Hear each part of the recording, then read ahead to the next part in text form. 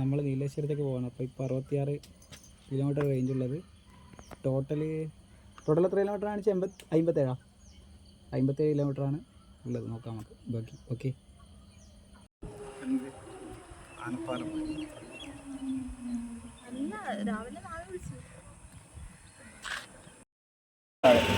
കക്കാട്.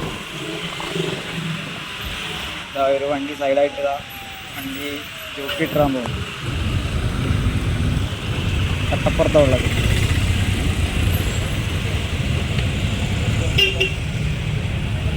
ഒക്കെ 3 ബസ്സല്ല നോക്കിയാ. അയ്യോ, നല്ല റോഡാണ്. വളരെ നല്ല കുണ്ടും കുഴികളും നിറഞ്ഞ അടിപൊളി റോഡാണ്. നോക്കിയാട്ടെ എൻ്റെ മോനെ, കണ്ണൂർ പുതിയൊരുവിൻ്റെ കഴിഞ്ഞാലുള്ള അവസ്ഥയാണ്. വളവട്ടണം വരെയുള്ള റോഡിൻ്റെ അവസ്ഥ ഇത്.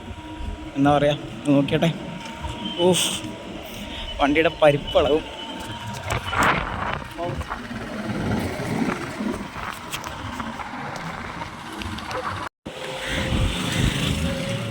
ഇപ്പോൾ വളവട്ടം പാലത്തിൻ്റെ മുകളിലുള്ളത്.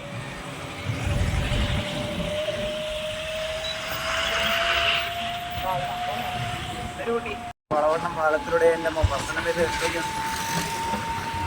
വണ്ടി ഇതാണ് വളവട്ടം പാലം.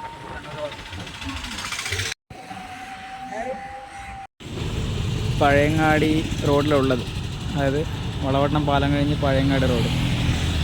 ഓക്കെ, ഇനി ഞങ്ങൾ അങ്ങോട്ടേക്ക് പോവാണ്.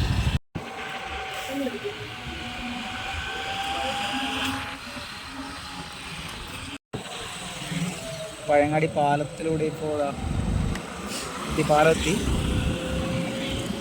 നമ്മൾ ചാർജിങ് സ്റ്റേഷൻ തപ്പി നടക്കില്ല, കാരണം ഇനിയിപ്പോൾ ചാർജ് വളരെ കുറവാണ്.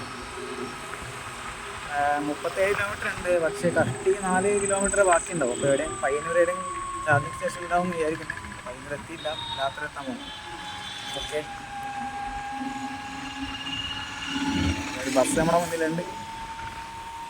മഹാവിഷ്ണു, ദൈവത്തിൻ്റെ പേരാണ്. പയ്യന്നൂർ ഇപ്പോൾ പെരുമ്പ പാലത്തിൽ എത്തിയിരിക്കുന്നത്. പാലത്തിലൂടെ നമ്മൾ വണ്ടിയിൽ പോകുന്നു. ഇനി അടുത്തോട്ടേക്ക് പോയിട്ട് ചാർജിങ് സ്റ്റേഷൻ്റെ പോയി ചാർജ് ചെയ്യണം. നോക്കട്ടെ, ചാർജിങ് സ്റ്റേഷൻ കണ്ടുപിടിക്കണം. എവിടെയാണെന്ന് അറിയില്ല, നോക്കട്ടെ. മാപ്പ് ഇട്ടിട്ടുണ്ട്, ബാക്കിയെല്ലാം വരുന്നത് വെച്ച് കാണാം. അങ്ങനെ നമ്മൾ ചാർജിങ് സ്റ്റേഷൻ കണ്ടെത്തി. ഇത് പയ്യന്നൂർ ഷേണായി ബിൽഡിംഗ് എന്നിട്ടൊരു ഇതാണ് വരുക. ഇതാ നമ്മളിപ്പോൾ വണ്ടി ഏതാണ്ട് 51% ചാർജ് ആയിട്ടുണ്ട്. അപ്പോൾ പയ്യന്നൂർ വരുന്ന ആൾക്കാർക്ക് ഇവിടെയാണ് എനിക്കൊന്ന് ഏതാണ്ട് ഗ്രിഡ് അവൈലബിൾ ആയിട്ടുള്ളത്. ഓക്കെ, പയ്യന്നൂർ വരിക. 60 ആയിട്ടുണ്ട് ചാർജർ. ഓക്കെ, ഇനി നമുക്ക് ഒരു കീ ഇട്ടിട്ടൊന്ന് ഇതാക്കാം. ഒന്ന് ഫ്ലാഷ് അടിച്ചേ, ഫ്ലാഷ് അടിക്കും.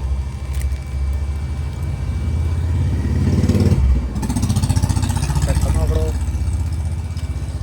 അങ്ങനെ കീ ഹോളിൽ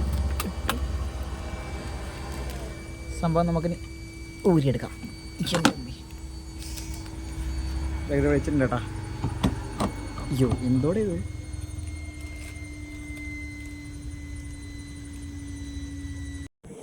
അപ്പോൾ നമ്മളിപ്പോൾ ഇതാ ഇവിടെ ലൊക്കേഷൻ ഏതാണ്ട് എത്താനായി. അപ്പോൾ എനിക്ക് ഈ വണ്ടിയിൽ ഫീൽ ചെയ്തിട്ടില്ലെന്ന് വെച്ചാൽ ലോങ് നമ്മളിപ്പോൾ ഓടിയിട്ട് വലിയൊരു പ്രശ്നം തോന്നുന്നില്ല. കാരണം നല്ല രീതിയിൽ തന്നെ എന്താ പറയുക, അത്യാവശ്യം കാലുവേദനയൊന്നും ഇല്ല കേട്ടോ. നല്ല കംഫർട്ടാണ് വണ്ടി.